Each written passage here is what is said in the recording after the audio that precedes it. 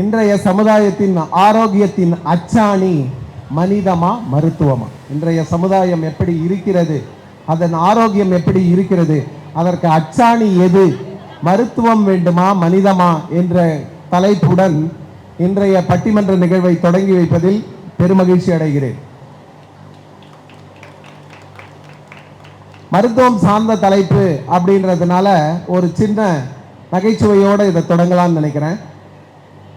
ஒருத்தவங்க டாக்டர் கிட்ட போயிட்டு, டாக்டர் எனக்கு என்ன நோய்க்கு ஆப்ரேஷன் பண்ணுறேன்னு சொன்னீங்க, ஆனால் இன்னும் தேதியெலாம் கொடுக்கல அப்படின்னு சொன்னான்.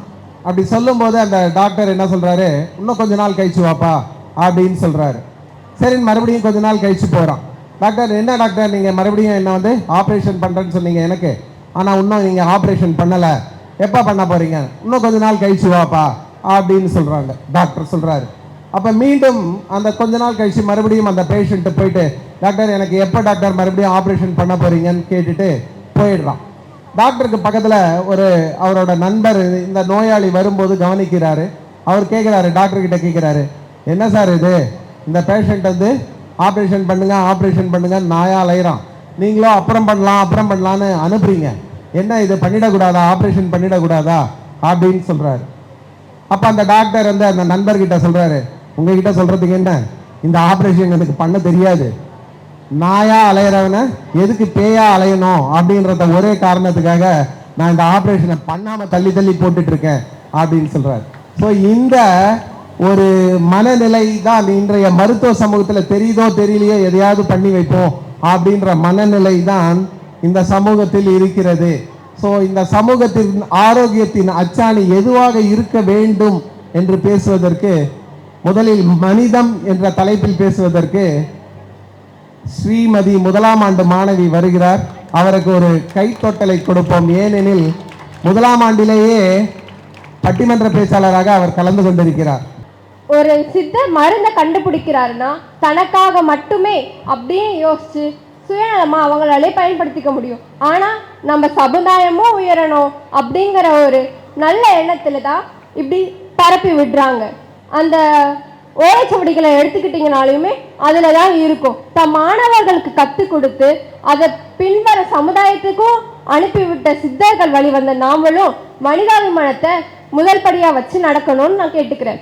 இது ஆங்கிலத்தில் wherever the art of medicine is loved, there is also a love of humanity சொல்லியிருக்காங்க. அப்படின்னா என்னன்னா, ஒரு இடத்துல மருத்துவமோ மருந்தோ இருக்குன்னா அந்த இடத்துல கண்டிப்பான மனிதநேயமோ இருக்குங்கிறது ஆணித்தனமான உண்மைகளே. இப்போ ஒரு விபத்துல எங்கேயாவது நடந்ததுன்னா அந்த விபத்துல முதல் வந்து நிற்கிறது மருந்து கிடையாது, அங்க இருக்க மனிதநேயம் உள்ள மனிதர்களே. அவங்க யாரோ தானே, நான் ஏன் பார்க்கணும் அப்படின்னு சொல்லிட்டு விட்டுட்டு போயிருந்தா எத்தனையோ கொலைகள் நடந்திருக்கும், எத்தனையோ மரணங்கள் நேர்ந்திருக்கும். அதையெல்லாம் தடுத்தது யாரு? மனிதநேயம் உள்ள மனிதன் தானே.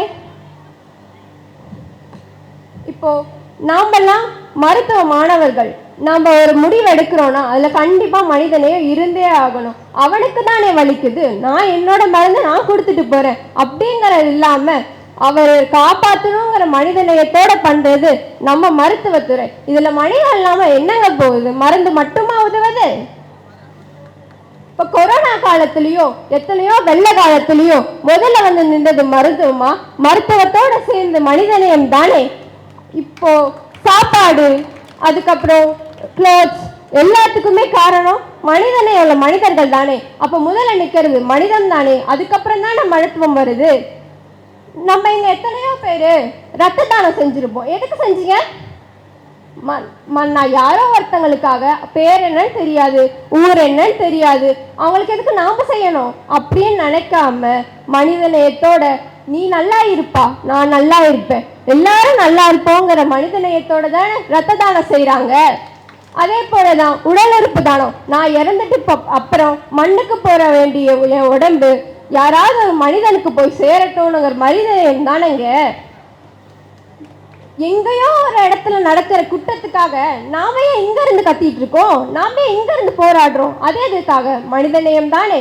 அந்த இடத்துல மருத்துவம் வந்து நிற்கும் போதும் மனிதநேயம் தானே நின்று இருக்கு.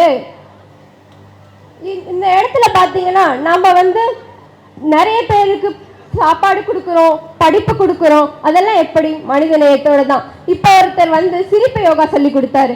அவர் ஒரு வார்த்தை சொன்னாரு, நான் ஜெயிலுக்கு போனேன், ஜெயிலுக்கு போயிட்டு அங்க இருக்கிறவங்கள சிரிக்க வச்சு அவங்கள நிறைய யோகா பண்ண வச்சு அவங்கள மாத்தினேன்னு சொல்லுது. அந்த இடத்துல மருத்துவமா வந்து நின்றது மனிதநேயம் உள்ள அவர் தானே போய் நின்னாரு. அவர் கொடுத்த சிரிப்புனால தானே அவங்க நிறைய பேர் மாறி இருக்காங்க. இதுதான் இப்போ 2019 வந்த கோமாளி படத்துல ஒரு பாட்டு அழகா வாசிச்சிருப்பாரு ஹிப்ஹாப் ஆதிங்கிறவர். இனம் என பிரிந்தது போதும், மதம் என பிரிந்தது போதும், மனிதம் ஒன்றே தீவாகும்னு. அதுக்கு அர்த்தம் இனமா இருந்தாலும் மதமா இருந்தாலும் எதுவா இருந்தாலும் கடந்து நிக்கிறது நம்ம மனிதம் மட்டும்தானங்க. இப்போ மனிதமே மருத்துவத்தின் முதல் படி அப்படின்னு சொல்லிட்டு என் வாய்ப்பளித்தமைக்கு நன்றி கூறி விரும்புகிறேன். நன்றி, வணக்கம். முதலில் மனிதம் வருகிறது, அதற்கு பிறகுதான் மருத்துவம் வருகிறது என்று நம்ம ஸ்ரீமதி ரொம்ப ஆணித்தரமான கருத்துக்களை வச்சிருக்காங்க. அதற்காக அவருக்கு பாராட்டுக்களை சொல்லலாம். ஒருத்தன் டாக்டர் கிட்ட போறான், போயிட்டு டாக்டர் கிட்ட கேட்குறான், டாக்டர் நான் ரொம்ப பெரிய பணக்காரன், சொத்து பத்துலாம் நிறைய இருக்கு, ஆனால் ரொம்ப நாளாக எனக்கு கல் கிட்னியில் இருக்கு, அதுக்கு என்ன பண்ணுறதுன்னே தெரியல, கரையவே மாட்டேங்குதுங்க டாக்டர் அப்படின்னு சொல்கிறான். சொத்து பத்து நிறைய இருந்து என்ன பிரயோஜனம், கல் கரையிலையே டாக்டர் அப்படின்னதுக்கு டாக்டர் சொல்கிறாரு, கவலைப்படாதீங்க ரெண்டையுமே கரைச்சிடலாம் அப்படின்ற சொல்கிறாரு. ஸோ அந்த அளவிற்கு மருத்துவ உலகம் ஒரு மோசமான நிலையில் இருப்பதாக மக்கள் ஃபீல் பண்ணுறாங்க. இப்போ அதற்கு அடுத்ததாக மனிதத்தை விட மருத்துவம் சிறந்தது, மருத்துவம் தான் ஆரோக்கியத்தின் அச்சாணி என்று பேசுவதற்கு பட்ட மேற்படிப்பு மாணவி ஷம்சல்னிகா வருகிறாங்க. மாட்டுக்கு என்னதான் ரோஸ் கொடுத்து வளர்த்தாலும் அது ரோஸ் மில்கை தராது, சாதா மில்கை தான் தரும் என்ற உண்மையை தெரிஞ்சுக்கிட்டவங்க இந்த ஷம்சல்னிகா. அவங்க என்ன பேசுறாங்கன்னு கேட்போம். பல சின்னஞ்சிறு கதைகள் பேசி மனம் வாடி துன்பம் மிக உழன்று பிறர் வாட பல செயல்கள் புரிந்து நரைக்கூடி கிழப்பருவமேதி கொடுங்கூற்றுக்கு இறை என பின் மாயும் பல வேடிக்கை மனிதரை போலே நானும் வீழ்வேன் என்று நினைத்தாயோ. இத்தகைய சுடர் மிகு அறிவுடன் படைத்து விட்டாய், வல்லமை தாராயை மாநிலம் பயனர வாழ்வதற்கே என்ற மகாகவியின் உரையை முன்னிறுத்தி நடுவர் அவர்களுக்கும் அவையில் விற்றிருக்கும் அத்துணை பேருக்கும் என் முதற்கண் வணக்கங்களை தெரிவித்துக் கொண்டு என் உரையை துவங்குகிறேன். சொல்லுங்க, உங்க மனிதன் தான் பெருசாச்சுல்ல, அப்புறம் எப்படி அந்த டைம்ல ஐயோ என்னை பாத்துறாத பார்த்தாலே போச்சுன்னு எல்லாம் ஓடுனீங்கல்ல, உண்மைதானே? அந்த இடத்துல வீதி வீதியாக தெரு தெருவாக வீடு வீடாக சென்று நின்றது எது? மருத்துவம். ஐயா, இங்கு தேவையானது, அதாவது சிறந்தது மனிதமா மருத்துவமா என்பது கிடையாது. ஆரோக்கியத்திற்கான அச்சாணி மனிதமா மருத்துவமா என்பதுதான் இங்கு உண்மை. ஆரோக்கியம் என்று கேட்ட உடனே மருத்துவம் தான் என்று நம்ம அனைவரும் யோசிக்க வேண்டும். சிந்தித்து பார்த்தால் மருத்துவம் தான் இதற்கு விடையாகவே இருக்க வேண்டும் என்று நான் கூறுகிறேன். சரி, இப்பொழுது வெள்ளம் வந்தது, அதற்கும் மனிதத்துடன் தான் அனைவரும் கொண்டு சென்று விட்டார்கள், ஒப்புக்கொள்கிறேன். மனிதத்துடன் அனைவரும் சென்று எடுத்துட்டு போய் விட்டாங்க, நான் இல்லைன்னு சொல்லவே கிடையாது. ஆனா மனிதத்துவம் அங்க இருந்ததை விட மருத்துவம் இருந்ததால் தான் அவனுடைய வாழ்வியலை அவன் தொடர்ந்தே செய்ய முடிந்தது. அங்கு மனிதம் ஒன்றும் அவனுடைய அச்சாணியாக திகழவில்லையே. வாழ்க்கை என்னும் சக்கரத்தில், வாழ்க்கை என்னும் ஓட்டத்தில் மனிதன் பயணம் செய்யும் போது அவன் கையில் இருக்கும் அந்த துடுப்பு மட்டும்தான் மனிதமாக வேலை செய்யும். ஆனால் அந்த சக்கரத்தின் அச்சாணி இல்லை என்றால் சக்கரமே ஓடாது. அச்சாணியாக வேலை செய்வது நம் மருத்துவம் தான். மருத்துவம் இல்லை என்று ஏது வாழ்க்கை கூற முடியுமா? மருத்துவம் இல்லாமல் மனிதத்தை மட்டும் நான் மனிதத்தை கொண்டுள்ளேன் எனக்கு சாவே வராது சொல்ல முடியுமா? முடியாது. ஏன்னா மருத்துவம் இருந்தா மட்டும்தான் நம்ம எதையுமே நீட்டிக்கவும் முடியும், தவிர்க்கவும் முடியும். வாழ்க்கையே மருத்துவத்தை அடங்கிதான் உள்ளடங்கிதான் உள்ளது. இன்னொன்னு கூறுகிறார்கள், மருத்துவம் என்பது அச்சாணியெல்லாம் கிடையாது, மனிதம்தான் அச்சாணி என்று கூறுகிறார்கள். சரி, மனிதம் என்பது ஒரு மனிதனை குறிக்கிறது, ஆனால் மருத்துவம் என்பது மனிதனை குறிக்கவில்லை, அந்த சமூகத்தையே குறிக்கிறது. தலைப்பை சமூகத்தில் இச்சமுதாயத்தில் சிறந்த, அதாவது ஆரோக்கிய அச்சாணி மனிதமா மருத்துவமா என்பதன் சமுதாயம் என்று கூறும்பொழுதும் அங்க மருத்துவம் தான் நிற்கிறது. ஆரோக்கியத்திற்கும் மருத்துவம் தான், சமுதாயத்திற்கும் மருத்துவம் தான். இங்க மனிதம் எங்க வந்தது? அப்பொழுது மனிதத்தை விட மருத்துவம் தானே முன்னின்று நிற்கிறது. ஆக இக்கால சக்கரத்தில் நாம் ஓடிக்கொண்டிருக்கிற இந்நேரத்தில் நமக்கு இக்காலத்தில் சிறந்ததா இல்லையா என்பது கேள்வி கிடையாது. அது அச்சாணியாக திகழ்கிறதா இல்லையா என்பதுதான் கேள்வி. ஆக அச்சாணியாக திகழ்வது நம் மருத்துவம் தான் என்பதை ஆணித்தரமாக கூறுகிறேன் என்று கூறி வாய்ப்பளித்தமைக்கு நன்றி பாராட்டி விடைபெறுகிறேன். நன்றி. இம்மகா சபையில் அமர்ந்திருக்கும் ஆன்றோர்களுக்கும் தமிழ் சான்றோர்களுக்கும் மற்றும் அவையோர்களுக்கும் எனது முதற்கண் நெஞ்சார்ந்த வணக்கங்கள். இன்றைய சமுதாயத்தின் ஆரோக்கிய அச்சாணி மனிதனா மருத்துவமா? உலகம் அழியாமல் உயிரோடும் உயிர்ப்போடும் வாழ வேண்டும் என்றால் அறிவாற்றல், ஆளுமை, அதிகாரம் படைத்த மனிதர்களை விட அன்பு, இரக்கம், கருணை படைத்த மனிதர்களே தேவை. ஒரு மனிதன் அறிவாளியாக இருக்கலாம், அறிவாற்றல் மிக்கவளாக இருக்கலாம், ஆளுமை படைத்தவனாக இருக்கலாம், அதிகாரம் கொண்டவனாக இருக்கலாம். ஆனால் இவை அனைத்தும் இருந்தும் மனிதநேயம் இல்லாவிட்டால் அவன் நினைத்த எதையும் சாதிக்க முடியாது. மனிதநேயம் தான் மனிதனை மருத்துவத்துடன் தொடர்பு படுத்துகிறது. உதாரணமாக 84 வயசுல ஒரு முதியவர் இருந்தாரு. கொரோனா காலத்துல அவருக்கு ஆக்சிஜன் லெவல் கம்மியாகி இந்திரா காந்தி மருத்துவமனையில அட்மிட் பண்ணியிருந்தாங்க. ஒரே ஒரு படுக்கை தான். பக்கத்துல 40 வயசு பெண்மணியோட கணவருக்கு மூச்சு முட்டுறதா அந்த பெண்மணி கதர்னதை பார்த்துட்டு அந்த முதியவர் என்னுடைய படுக்கையை அவருக்கு விட்டு கொடுக்குமாறு கூறிவிட்டு தன்னை வீட்டுக்கு அழைத்து செல்லுமாறு கூறிவிட்டார். தான் வாழ்ந்தது போதும், அவரை வாழ வைத்தால் அவரை சார்ந்த சமுதாயம் தலைக்கும் என்று கூறி மருத்துவம் தனிநபரை காப்பாற்றும், மனிதநேயம் சமூகத்தையே காப்பாற்றும். இன்னொரு உதாரணம், 34 வயதுடைய ஒரு ஆட்டோக்காரு தன்னுடைய வண்டியிலேயே ஆக்சிஜன் சிலிண்டர் வச்சிருந்தாரு. மருத்துவம் இருக்கும் தாங்க, அதை கொண்டு போறதுக்கு மனிதநேயம் வேணும் தானே. அவர் ஆக்சிஜன் சிலிண்டர் மூலியமா கொண்டு போறதுக்குள்ள ஆக்சிஜன் சிலிண்டர் இல்லைன்னா எத்தனை உயிர்கள் பலியா இருக்கும். வீட்டுல இருந்து மருத்துவமனை கொண்டு போறதுக்குள்ள மருத்துவம் இருக்கும் தான், ஆனா அதை கொண்டு போய் சேர்க்கறதுக்கு மனிதநேயம் வேணும் தான். இதே மாதிரி கொரோனா சென்னையில வெள்ளப்பெருக்கு ஏற்பட்டிருந்த போது ஒரு வேளை சாப்பாட்டிற்கு கூட வழி இல்லாமல் அத்துணை பேர்கள் இருந்தார்கள். மருத்துவம் இருந்ததுதான், ஆனால் அவரை சாப்பாட்டு மற்ற பொருட்கள் கொடுத்து உயிர் பிழைக்க வைத்தது மனிதநேயம் தானே. இப்படி சொல்லிக்கொண்டே போனால் ஏராளமாய் சொல்லலாம். பணம் ஒன்றையே குறிக்கோளாக கொண்டு வணிக நோக்கோடும் சுயநல நோக்கோடும் செயல்படும் கல்விக்கூடங்கள், மருத்துவமனையில இருக்குறாங்க. ஒருத்தருக்கு என்ன டயக்னோசிஸ்னு முன்னாடியே தெரியும், ஆனா பணம் நோக்கத்தோடு அவங்கள மறுபடியும் வர வைக்கிறது சமுதாயத்திற்கான ஆரோக்கிய அச்சாணியா? வணிக வளாகங்கள், அரசாங்கம் அத்துணையும் சமுதாயத்தை சீரழிக்கும் போட்டி போட்டுக்கொண்டு களத்தில் இறங்கியுள்ளன. உலகில் மனிதநேயம் குறைய குறைய மனிதநேயமற்ற மனிதர்கள் வளர வளர உலகம் விரைவில் அழிந்துவிடும். உலகை அழிவிலிருந்து காப்பாற்றுவது மனிதனாக பிறந்த நமது ஒவ்வொருவரது கடமையாகும். அதில் முக்கியமான பொதுவான கடமை பிறர் நலம் பேணும் சமுதாய கடமை. அன்னை தெரசா, நாம் கண் முன்னால் காணும் ஒவ்வொருவரையும் நேசிக்க இயலவில்லை என்றால் கண்ணுக்கே தெரியாத கடவுளை எப்படி நேசிக்க முடியும் அப்படின்னு கேட்டிருக்காங்க. மருத்துவம் எத்தனையோ சாதனை இருக்குதான், ஆனால் அந்த ஒரு அன்புனால மட்டுமே அனைவரின் மனதையும் கவர்ந்தவர் அன்னை தெரசா. வாடிய பயிரை கண்ட போதெல்லாம் வாடினேன் என்றார் வள்ளலார். யாதும் ஊரே யாவரும் கேளீர் என்றார் கனியன் பூங்குன்றனார். இவர்கள் மனிதநேயம் அனைத்தும் எல்லைகள் தாண்டிய மனிதநேயம். அதனால் தான் மக்களின் மனதில் அச்சாணியாக திகழ்ந்தனர். இவர்கள் வழி நின்று சமுதாயத்தை மாற்றிடுவோம். மனிதநேயம்தான் ஆரோக்கியத்திற்கான அடிப்படை தேவை. மருத்துவம் தனிநபரைத்தான் காப்பாற்றும், மனிதநேயம் சமூகத்தையே காப்பாற்றும் என்று கூறி வாய்ப்பிற்கு நன்றி பாராட்டி விளைவருகிறேன். நன்றி. பிறந்தது முதல் இறக்கும் வரை மருத்துவம் என்பது நமக்கு உற்ற தோழனாக இருக்கிறது. பிறக்கும் குழந்தைக்கு போடும் போலியோ வேக்சின் முதல் வயதானவர்கள் போடும் இன்சுலின் வரை நாம் எடுத்துக்கொள்வது மருந்தே ஆகும். நாம் மருந்தை டேப்லெட், இன்ஜெக்ஷன் மூலம்தான் எடுத்துக்கொள்ள வேண்டிய அவசியம் இல்லை. மருந்தை நாம் உணவுப் பொருட்களாலும் நாம் எடுத்துக்கொள்ளலாம். அதனால்தான் நம் முன்னோர்கள் உண்ணும் உணவே மருந்து என்று நம் முன்னோர்கள் அன்றே கணித்து வைத்தனர். இப்போ ஒரு பேஷண்ட் வந்து எமர்ஜென்சி பேஷண்ட் தலையில் அடிபட்டு வரான்னு வச்சுக்கோங்க நடுவர்களே, அவங்க கிட்ட போயிட்டு தம்பி ஒன்றும் இல்லப்பா அப்படி அக்காருப்பா அப்படின்னு மனிதநேயத்தோட பேசினா அவனுக்கு சரியாகுமா? அப்போ அந்த காலத்துல ஒரு டின்சரோ ஒரு அனசிஸ்டா போட்டு அவன் பெயினை குறைக்கணும். அப்ப அங்க மருந்து தானே வேலை செய்யுது, மனிதநேயமா வேலை செய்யுது.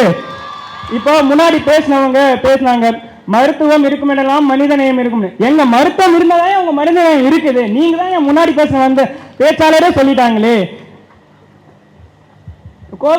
கொரோனா டைம்ல பாத்தீங்கன்னா கோவிஷீல்டு, கோவேக்சின் அந்த மாதிரி போன்ற மெடிசன் மருத்துவம் கண்டுபிடிச்சனால்தான் வீட்டில் முடங்கி கொண்டிருந்த நாம் வெளியே வர முடிந்தது. மனித நேயத்துடன் தம்பி நீ அப்படியே இருந்துக்கப்பா, நானும் இப்படியே இருந்துக்கப்பா அப்படின்னு சொல்லியிருந்தா வெளியே வந்துக்க முடியுமா? ஃபர்ஸ்ட் டோஸ் போட்டியா, செகண்ட் டோஸ் போட்டியா, அப்படிதான் எல்லாரும் கேட்கிறோம். தம்பி ஒன்றும் இல்லப்பா, பிரச்சனை இல்லப்பா, டோஸ் போடாம அப்படிலாம் முடியுமா? அங்க மருத்துவம் தானே இருக்கு. இப்போ ஒரு குழந்தை வந்து அடம் பிடிக்கும் மெடிசன் சாப்பிட்றதுக்கு, அப்போ அந்த தாய் வந்து சரி உள்ள சாப்பிடல அப்படின்னு சொல்லிட்டு கம்மன் ஆயிட்டா அந்த குழந்தை மருந்து சாப்பிடுமா? அந்த குழந்தைக்கு உடல்நலம் தான் சரியாகுமா? அந்த இடத்துல அந்த தாய் வந்து அந்த குழந்தைய தண்டிச்சால்தான் அந்த குழந்தை மருந்து சாப்பிடும், அந்த குழந்தையோட நோய் குணமாகும். அந்த இடத்துல உங்க மனிதனை மருதா வரல. இதுக்கு முன்னாடி பேசின சோபனாக்கா சொல்லியிருந்தாங்க, அவங்களே ஒவ்வொரு வார்த்தைக்கு சொல்லும் போதும் மருத்துவம் எல்லா இடத்திலும் மருத்துவம் உண்டு, எல்லா இடத்திலும் மருத்துவம் உண்டுன்னு சொல்லிட்டு தான் சொல்றாங்க. அப்ப அந்த அக்காவே சொல்லிட்டாங்க மருத்துவம் தான் இருக்குன்னு. முதல்ல அந்த அக்கா அப்படிதான் சொல்றாங்க. இதுக்கப்புறம் நான் என்ன பேசுறது சொல்லுங்க? இப்ப ஒரு கொலையாளி இருக்கான், ஒரு 10 கொலை செஞ்சுட்டு வரான் போலீஸ் ஸ்டேஷன்ல, ஐயா நான் 10 கொலை செஞ்சேன். ஜட்ஜி உடனே வந்து சரிப்பா 10 கொலை செஞ்சுட்டேன், இதுக்கப்புறம் செய்யாதப்பா அப்படின்னு மனிதநேயத்தோட நடந்தா அவன் 11வது கொலை செஞ்சுதானே செய்வான். அந்த இடத்துல அவன் தண்டிக்கணும், கடுமை தண்டிக்கணும். அந்த இடத்துல தண்டிக்கிறதே ஒரு மருத்துவம் தானே சார்? அந்த காலத்துல நீங்க அந்த காலத்துல சொல்லலாம் சார், நீங்க வேப்பங்குச்சில பல் துவக்கின, ஆற்று மணல்ல குளிச்ச, கதரைய அணிந்தானு. ஆனா இந்த காலத்துல இருக்க சூழ்நிலை மாசு, நஞ்சு, அசுத்தம் போன்ற அரக்கர்களிடம் இருந்து நம்மை காக்கும் கவசமாக செயல்படுறது மருத்துவம் தானையா? மருத்துவம் என்ற ஆயுதம் இல்லைன்னா நாமெல்லாம் இன்னைக்கு இங்க உட்கார்ந்து இருக்க முடியுமா சொல்லுங்க? இப்ப ஒருத்தங்க பாம்பு போட்டுச்சுன்னு வச்சுக்கோங்க, அவனுக்கு வந்து தம்பி ஒண்ணு ஆகாதுப்பா, நீங்க வந்து அப்படியே இருங்கப்பா, நான் வந்து உங்களை மனிதனைய கூட பாத்துக்கிறேன்னா எப்படியா முடியும்? இப்ப நம்ம பசங்களுக்கு ஏற்ற மாதிரி ஒன்று சொல்ற மாதிரிங்க, லவ் ஃபெயிலியர் ஆகியிருக்கான், அவன் என்ன சொல்றான்? என் மனதிற்கு மருந்து போடும் தான் சொல்றான், என் மனதிற்கு மனிதன் தேவையா சொல்றான் அவன். நீங்களே சொல்லுங்க நடுவர் அவர்களே. கடைசியா ஒன்று சொல்றேன், நம்ம இறைவனின் அடுத்த அவதாரம் தான் நம்ம மருத்துவர்கள். இறைவன் எப்படி நம்ம கண் துஞ்சாமல் நம்மை காத்து வருகிறார்களோ, மருத்துவர்களும் அவ்வாறு கண் துஞ்சாமல் நம்மை மருந்து கொடுத்து காத்து வருகிறார்கள். நம் மக்களை காப்பாற்ற ஆரோக்கிய அச்சாணியாக திகழ்வது மருத்துவமே, மருத்துவமே, மருத்துவமே. Medicine is an eye, humanity is an art. Without eye we cannot see the art என்று கூறி என் வாதத்தை நிறைவு செய்கிறேன். வாய்ப்பளித்ததற்கு நன்றி நடுவர் அவர்களே. எனக்கு முன்பாக பேசிய கணேஷ்ராஜ் அவர்கள் காய்ச்சல் இருந்தால் மாத்திரை தான் சாப்பிடுவோம், மருந்து தான் சாப்பிடுவாங்க, மனித நேயமாக அவங்கள காப்பாற்றுது. சரி, சின்ன சின்ன நோய்களுக்கு நான் ஒத்துக்கிறேன். ஒரு கேன்சரோ ஒரு ஹெச்ஐவிக்கோ அவங்களுக்கு பாலியேட்டிவ் கேர் நம்ம கொடுக்கறது மனித நேயமா? அந்த இடத்துல மருத்துவத்தை முக்கியமாக படுத்துறோமா? பெருநோய்களுக்கு பாலியேட்டிவ் கேர் மனித நேயத்தை தான் நம்ம முதன்மையாக படுத்துறோம். அவர் இன்னொன்னு சொன்னாங்க, கோவிடுக்கு வேக்சினேஷன் மருந்து தான் கொடுத்தோம், மருந்து கொடுத்து தான் காப்பாற்றணும். சரி, அந்த மருந்தை ஃப்ரீயாக கொடுத்தீங்க, அரசு இலவசமாக மனித நேயத்துடன் வழங்கியதுனால தான் நம்ம எல்லாரும் வேக்சின் போட்டீங்க. எத்தனை பேர் நான் காசு கொடுத்து வேக்சின் போட்டேன்னு சொல்லுங்க? எல்லாரும் இலவசமாக தானே போட்டோம். அதுக்கு மனித நேயம் தானே இந்த வேக்சின் கிடைக்கிறதுக்கு காரணமா இருந்தது. அப்ப மருத்துவம் கிடைப்பதற்கே இங்க மனித நேயம் தானே காரணமா இருக்கு. நம்ம எனக்கு முன்னாடி பேச எல்லாருமே மருத்துவ மாணவர்கள், சித்த மருத்துவ மாணவர்கள். முதலாம் ஆண்டு பாடத்தை மட்டும் ஆனா மறந்துட்டாங்க. பழசை மறக்க கூடாதுன்னு சொல்லிட்டு முதலாம் ஆண்டு நம்ம முக்கியமா படிச்ச ஒரு பாடம் என்னன்னா தோற்றக்கரும் ஆராய்ச்சியும் சித்த மருத்துவ வரலாறும். அது எதுக்கு நமக்கு முதலாம் ஆண்டுல உடல் கூறோ நோய் நாடலோ இல்லாம எதுக்கு அதை வச்சாங்க? மனித நேயத்தை நம்ம கத்துக்கணும், மெடிக்கல் எத்திக்ஸை கத்துக்கணும். காரண உடல், சூஷ்ம உடல், பரு உடலை பத்தி தெரிஞ்சுக்கிட்டாதான் மருத்துவம் பழிக்கணும். நம்ம சித்தர்கள் வைத்ததை நமக்கு கொடுத்திருந்தாங்க. மெடிக்கல் எத்திக்ஸ் தெரிஞ்சுட்டு மருத்துவம் பண்ணாதான் சிறக்கும், மனித நேயத்துடன் மருத்துவம் செய்தால்தான் சிறக்கும் என்பது நம்மளோட சித்த மருத்துவம். சித்த மருத்துவத்துல இருந்துட்டு அலோபதி டாக்டர்ஸ் மாதிரி நம்ம மருத்துவம் தான் சிறந்துன்னு பேசினா எப்படி? மனிதத்துக்கு அப்புறம் தான் மருத்துவம். WHO definition for health என்னன்னா, health is defined as physical, mental, social and spiritual well-being. இதுல பிசிக்கலை பத்தி எனக்கு முன்னாடி பேசின 2 பேரும் பேசிட்டாங்க. எதுக்கு நம்ம மருத்துவ மாணவர்கள்னால பிசிக்கல் பருவுடலை மட்டும் யோசிக்கணும்? சித்த மாணவர்களா சூஷ்ம உடல், காரண உடலையும் நம்ம பேசணும்ல. மென்டல், சோஷியல், ஸ்பிரிச்சுவல்லாம் விட்டுட்டு ஹெல்த்ல இருக்க மற்ற 3 விட்டு 1 மட்டும் பிடிச்சிக்கிறீங்க. ஏன் நேரோ மைண்டடா ஏன் இருக்கீங்க? மனித நேயத்தோட இருக்கணும்ன்றத WHO சொல்லியிருக்கு. WHO ஆலோபதி நமக்கு வேண்டாம். திருமூலர் என்ன சொல்லியிருக்காரு? அவரும் மறுப்பது உடல் நோயின் மருந்தென வேண்டாம்னு அதெல்லாம் யாகும். மறுப்பது உடனோய் மருந்தென சாடும், மறுப்பது இனிதே வராது இருக்கலாம், மறுப்பது சாவை மருந்தெனலாமேன்னு திருவள்ளுவர் சொன்னது இது நம்ம மருத்துவத்துக்குமே பொருந்துமே. டாக்டர் முத்துலட்சுமி அவர்கள் அடையார் புற்றுநோய் நிறுவனத்தை நிறுவியவர். அவங்க ஏன் அவங்க அதை நிறுவனம்? டாக்டர் முத்துலட்சுமி அம்மையாரோட அக்கா புற்றுநோயெல்லாம் இருந்தாங்க.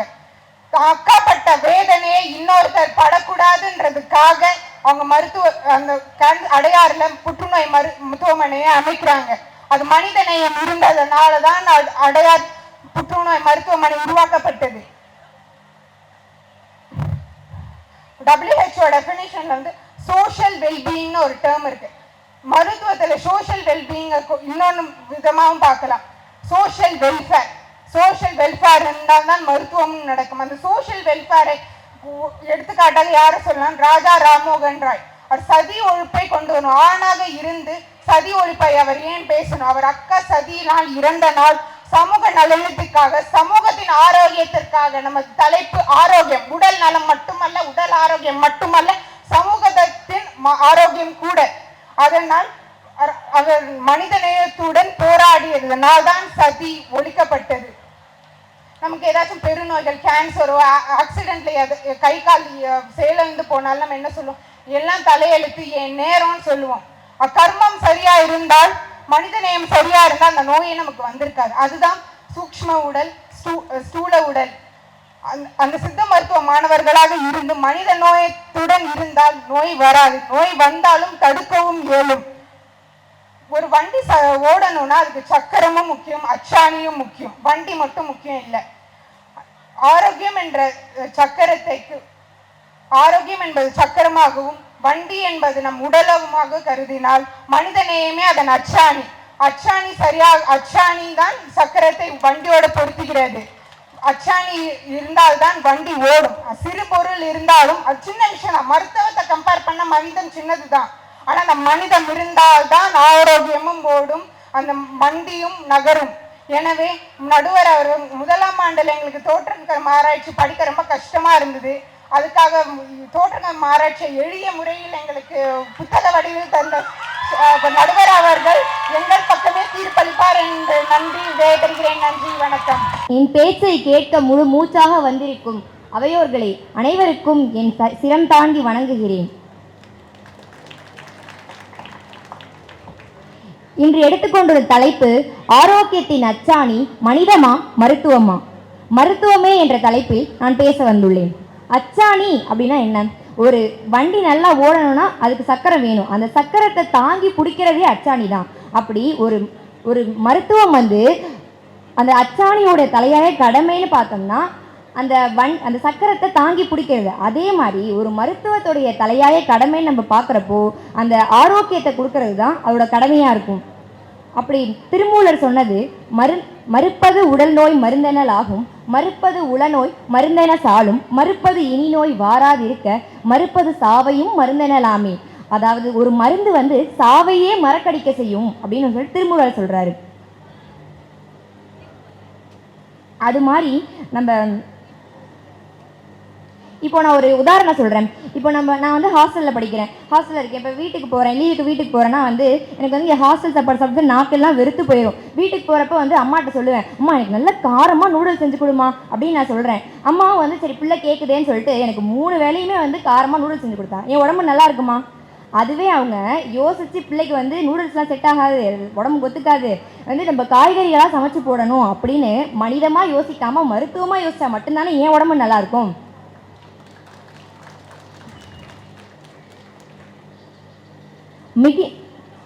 இப்போ உணவு மருந்து நம்ம சொல்கிறோம்ல, நம்ம உணவே மருந்து மருந்தே உணவுங்கிறத இதில் நம்ம சொல்கிறோம்ல, உணவுனா என்ன பண்ணுது, மருந்துனா என்ன பண்ணுது? உணவு வந்து நம்ம உடம்புக்குள்ளே போச்சுன்னா போய் நம்ம உடம்புல இருக்கக்கூடிய ஒழுங்கற்றதை வந்து ஒழுங்குபடுத்துது. அதுவே அது இப்போ எக்ஸாம்பிள் சொல்லணும்னா ரத்தம் சுத்தமாக இல்லை அப்படின்னா ரத்தத்தை வந்து நம்ம சுத்தப்படுத்துது. அதே தானே மருந்தும் செய்யுது. அப்போ உணவும் மருந்தும் ஒன்று தானே. ஆனால் வந்து உணவும் சரி மருந்தும் சரி ரெண்டுமே வந்து ஒரு அளவாக தான் நம்ம அதை எடுத்துக்கணும். மிகினும் குறையினும் நோய் செய்யும் நூலோர் மிகினும் குறையினும் நோய் செய்யும் நூலோர் வழிமுதலா எண்ணிய 3ன்னு வள்ளுவன் வாக்குப்படி உணவும் சரி மருந்தும் சரி ஒரு அளவாக மட்டும்தான் நம்ம எடுத்துக்கணும். இப்போ நம்ம மனிதன்னு சொல்கிறோம்ல, எவ்வளோதான் வந்து ஒரு மனுஷன் வந்து சுகாதாரமாக இருந்தாலுமே இப்போ ஒரு சுச்சுவேஷனில் வந்து நம்ம வந்து ஒரு பிரச்சனை வரும், உடம்பு சரியில்லாமல் போகும், சளி வரும், இருமல் வரும். அப்போது முதல்ல நம்ம ஒரு உடம்பு சரியில்லைன்னா நம்ம எடுத்துக்க போய் சுடு தண்ணி குடிங்க என்ன சொல்கிறோம் இல்லையா, அந்த சுடு தண்ணி குடிக்கிறதுல கூட மருத்துவம் தானே அடங்கியிருக்கு. அந்த தண்ணியை நல்லா கொதிக்க வச்சு அதில் இருக்கக்கூடிய கிருமிகள்லாம் நீக்கி அப்படி குடிக்கிறோன்னா அதில் கூட மருத்துவம் தானே வருது. இப்போ வந்து உடம்பு சரியில்லைன்னா வந்து நம்ம வயிற்றை காய போடணும்னு சொல்கிறோம் இல்லையா, அதில் வந்து லங்கனம் பரம ஔஷதம், அதாவது மருத்துவமே பட்டினி இடுதலே சிறந்த மருத்துவம்னு சொல்கிறோம். அப்படி நம்ம பட்டினி வயிற்றை காய போடுறது மூலியமா வயிற்றில் இருக்கக்கூடிய அந்த நஞ்சுகள்லாம் நீங்குது. அப்புறம் வந்து உடலில் இருக்கக்கூடிய அந்த உஷ்ணம் குறையும். அப்புறம் அந்த மல பிரச்சனைகள், மலச்சிக்கல் பிரச்சனைகள்லாம் தீரும். இப்படி பட்டினி இடுதல் மூலியமாக நிறைய பிரச்சனைகள் வந்து தீர்ந்து போகுது. அப்படி பார்த்தோம்னா நம்ம வந்து காலங்காலமாக பின்பற்றக்கூடிய விஷயங்களை நிறைய விஷயங்கள் வந்து சரி செய்யுது. அப்படி இது ஆடி மாதம் தான் நம்ம கோவிலில் கூழ் ஊத்துறோன்னு சொல்கிறோம் இல்லையா, அப்போ வந்து இந்த ஆடி மாதங்கிறது வெயில் காலம். அப்போ வந்து நம்ம உடம்பு வந்து தணிக்கணுங்கிறதுக்காக நம்ம கூழ் குடிக்கிறோம். புரட்டாசி மாதம்னா நம்ம வந்து அசைவம் சாப்பிடக்கூடாதுன்னு சொல்கிறோம். அப்போ வந்து நம்ம புரட்டாசி மாதம்லாம் வந்து ஃபுல்லாக வந்து நோய்கள் வந்து அதிகமாக வரும். அதை குறைக்கணுங்கிறதுக்காக தான் வந்து அசைவம் சாப்பிடக்கூடாதுன்னு சொல்கிறோம். இப்படி நம்ம செய்யக்கூடிய ஒவ்வொரு விஷயத்துலையுமே மருத்துவம் தானே அடங்கியிருக்கு.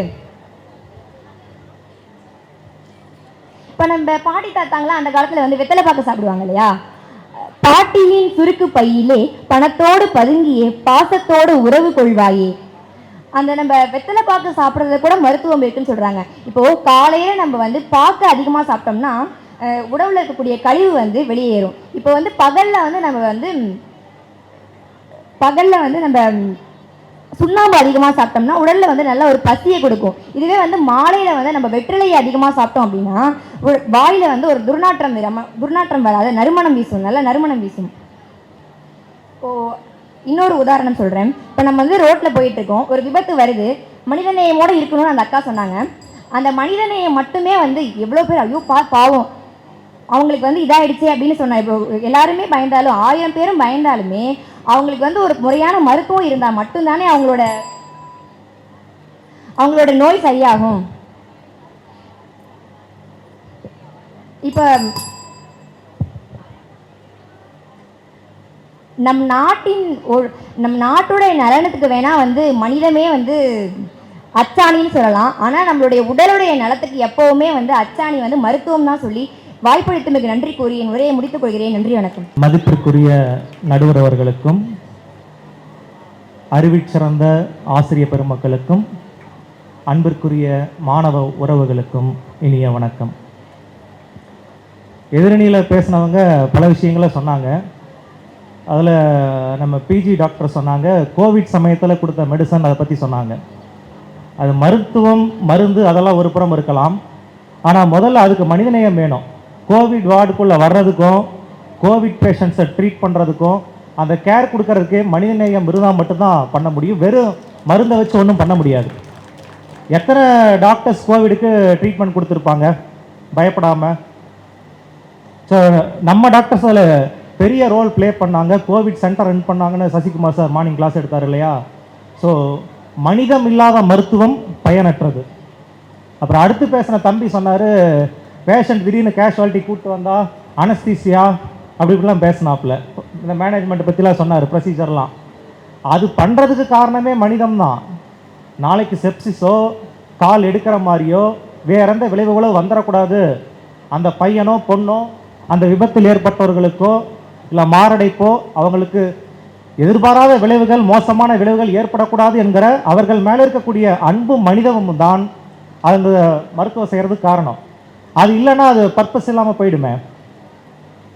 அப்புறம் இந்த இளநிலை மாணவர் அவங்களும் சொன்னாங்க, நூடுல்ஸ் அதை பற்றியெல்லாம் சொன்னாங்க. அதுக்கு அவங்க மேலே அக்கறை தான் காரணம், இல்லைன்னா எதையோ ஒன்று சாப்பிட்டு போகலான்னு விட்டுறலாம்ல.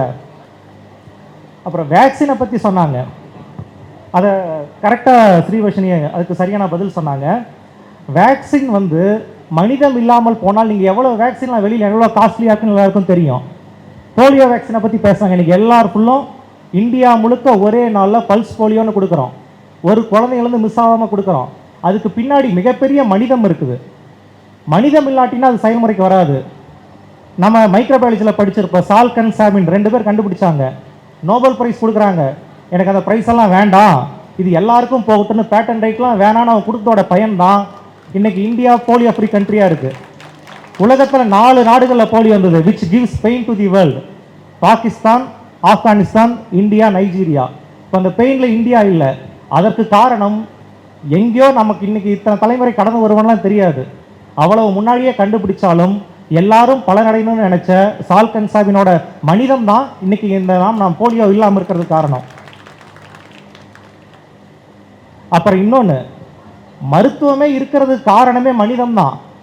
இன்னைக்கு வரைக்கும் நடந்த ஸ்டடீஸ் ஃபுல்லுமே இந்த மருந்து கொடுத்தோம், இது சரியாச்சு, இது சரியாகலை, இது சரியானது, இது அடுத்த தலைமுறைக்கு போகணும். இன்னைக்கு நம்ம புக்கு இருக்க காரணம், தோற்றக்கம்ம ஆராய்ச்சி புக்கு காரணம், மூலிகை புக்கோட எத்தனை பேர் முருகேச முதலியார் எத்தனை பேர் பார்த்துருக்கீங்க?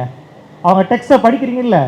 இந்த அடுத்து வரக்கூடிய தலைமுறைக்கு இந்த மருத்துவம் போய் சேர வேண்டும், இந்த மனிதகுலம் நல்லா வாழ வேண்டுங்கிற அவங்களோட அர்ப்பணிப்பு தான் இன்னைக்கு நம்ம கையில் இருக்க புக்கு, நாங்கள் வாங்குற டிகிரி, இன்னைக்கு நடக்கிற மெடிக்கல், இது எல்லாத்துக்கும் காரணம் மனிதம் தான். அது இல்லைன்னா அடுத்து மனித தினம் தலைக்கிறதுக்கு வேறு வழியே இல்லைல்ல. ஸ்ரீவர்ஷினி கரெக்டாக இன்னொன்று சொன்னாங்க, அது எதில் இருக்கவங்களும் பயன்படுத்தினாங்க, ஆனால் அது அவங்களுக்கே தப்பாக போகும்னு தெரியல. மறுப்பது உடல் நோய் மருந்து நல்லாகும், மறுப்பது உளநோய் மருந்து சாலும், மறுப்பது இனி பிணி வராதிருக்க, மறுப்பது சாவை மருந்து நல்லாமே. இது திருமூலர் சொன்னது 3000 வருஷத்துக்கு முன்னாடி. குறைஞ்சபட்சம் 1500 வச்சுக்கணும் கூட வைங்க. எப்படி பார்த்தாலும் 1500க்கு முன்னாடி. இதை பார்த்தீங்கன்னா வேர்ல்டு ஹெல்த் ஆர்கனைசேஷன் கொடுத்த டெஃபினேஷன் அப்படியே டிரான்ஸ்லேஷன் மாதிரி இருக்கும்.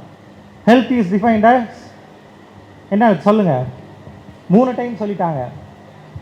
Physical, mental and social wellbeing. உடல் நலத்தை மட்டும் கான்சன்ட்ரேட் பண்ணால் அது சரியான மருத்துவமாக இருக்காது. உடல் நலம், மனநலம், அதுக்கு சரியான சமூக நல்லிருப்பு, சமூகம் நோய் இல்லாமல் இருந்தால் தான் அதுதான் ஹெல்த். ஸோ இதை மனிதம் இல்லாமல் இந்த டெஃபினேஷன் அதை எழுதுறதெல்லாம் எதுக்க முடியாது. நம்ம சித்தர்கள் 3000 ஆண்டுகளுக்கு முன்பே அதை அவதானித்து கரெக்டாக எழுதியிருக்கிறாங்க. அப்புறம் கடைசியாக ஒரே ஒரு விஷயத்தை சொல்லி நிறைவு செய்யணும்னு நினைக்கிறேன். இவங்க சொன்னதெல்லாம் மருத்துவம்னா பெரிய அறிவு அப்படின்னு எல்லாம் அப்படி பேசுகிறாங்க. அறிவு மட்டும் இருந்தால் ஒன்றும் முடியாது. இவங்க சொன்ன மாதிரி எக்ஸாக்டாக சொல்லணும்னா கேன்சர் பேஷண்ட்ஸ்க்கு இன்றைக்கி பேலியேட்டிவ் கேருக்கெலாம் பிஃபோர் ட்ரீட்மெண்ட் ஆஃப்டர் ட்ரீட்மெண்ட் எப்படி இருக்குன்னு பார்க்குறது ஃபேக்ட் ஜி ஃபார்ம் யூஸ் பண்ணுறோம். அதில் பெரும்பாலான அதில் இருக்கக்கூடிய பேராமீட்டர்ஸ் என்னன்னு பார்த்தீங்கன்னா ஹெல்த் ஒரு பார்ட்டு தான்.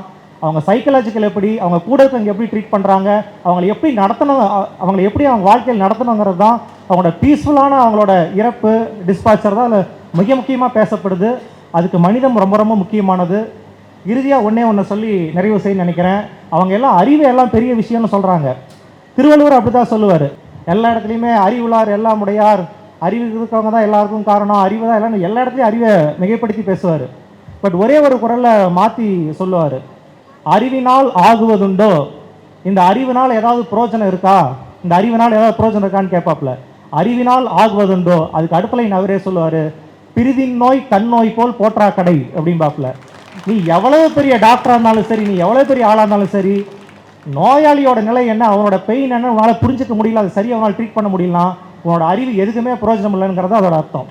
இதை மனிதம் இல்லாமல் நெருங்க முடியாது. இந்த அச்சாணி சுத்துறதுக்கு மருத்துவம் சுத்தலாம், ஆனால் அதுக்கான அச்சாணி மனிதமாக இருந்தால் தான் அந்த சக்கரம் சரியாக சொல்லலும். வள்ளுவரின் வழி நின்று நமது நடுவரும் சரியான தீர்ப்பை வழங்குவார் நம்புகிறேன். நன்றி, வணக்கம். கொரோனா வந்துச்சு, எல்லாம் வைத்தியம் பார்த்தோம், எல்லாமே சரிதான். ஆனால் கொரோனா நாய்க்கு பயந்துக்கிட்டு யாரும் உள்ளே போய் நோயாளிகளை பார்க்கவில்லை என்றால் என்ன நிலைமை யோசித்து பாருங்கள். அங்கே மனிதநேயம் இருந்ததால் தான் கொரோனா நோயாளிகள் பிழைத்தார்கள்னு சொன்னார்.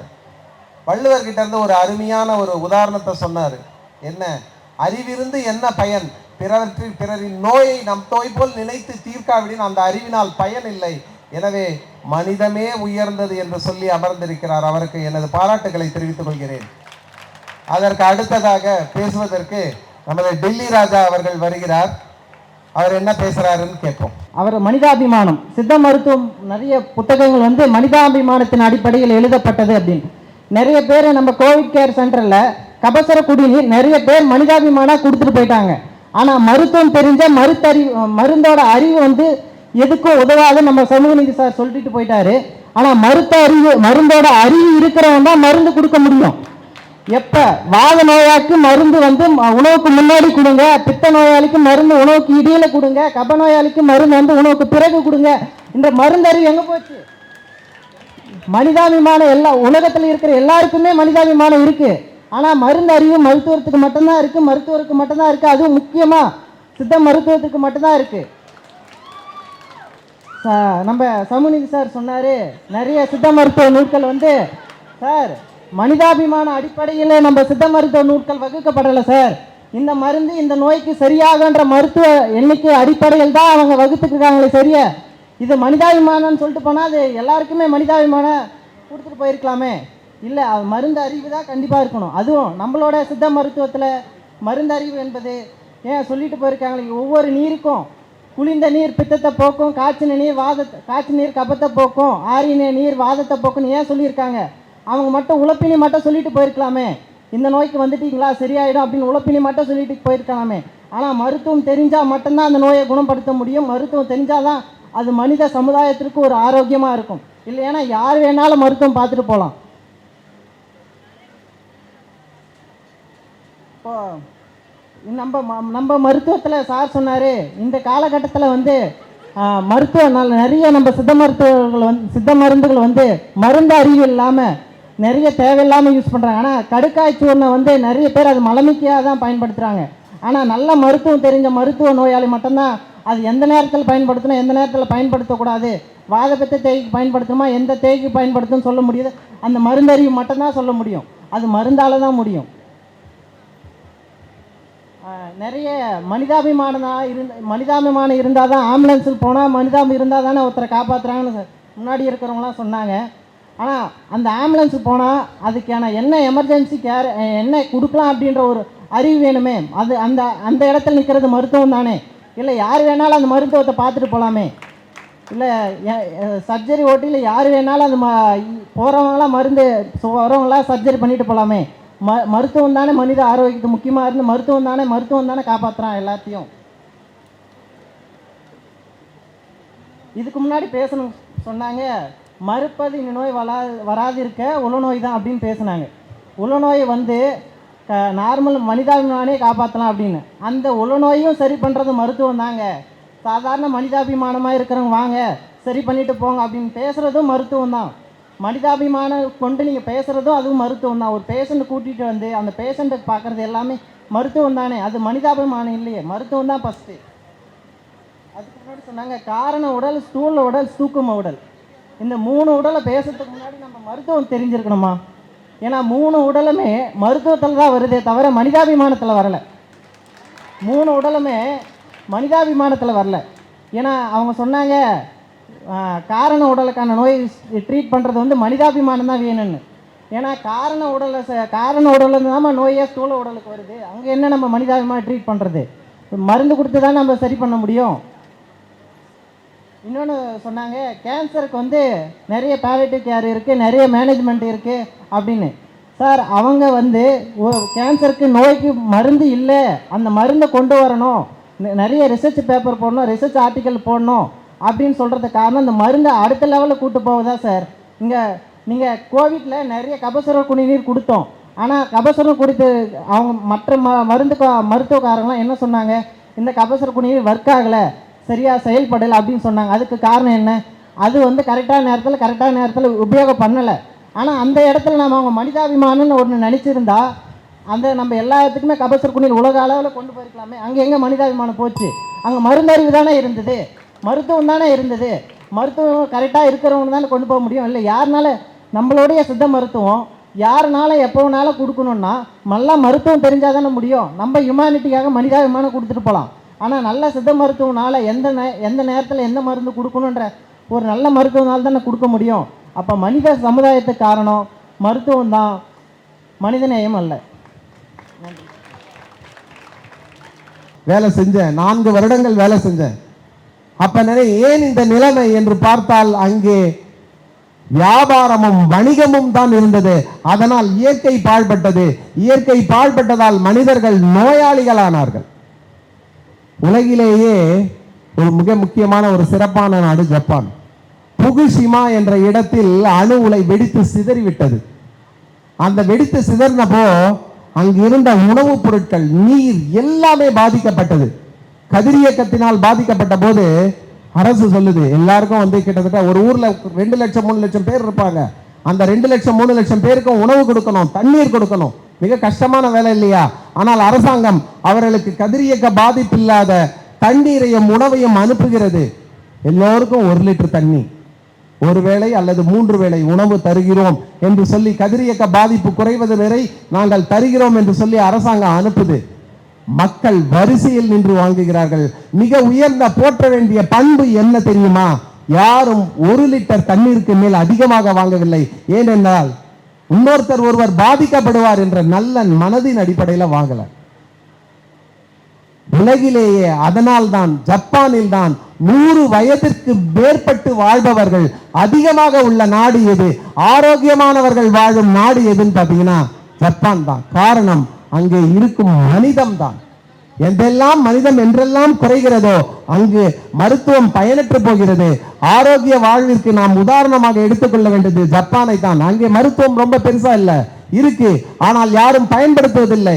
எல்லோருமே இயற்கையாகவே ஆரோக்கியமாக 100 வயதுக்கு மேல் வாழ்கிறார்கள். நாட்டின் சராசரி ஆயுள் 80 தாண்டுகிறது. நமக்கெல்லாம் 60 தான் இந்தியாவில். ஆக இதற்கு காரணம் என்ன என்று பார்த்தால் அங்கே மருத்துவம் வரவில்லை, மனிதம் வருகிறது. எனவே ஆரோக்கியத்தின் அச்சாணி மனிதமே என்று கூறி என் நிறைவை நிறைவு செய்கிறேன். நன்றி, வணக்கம்.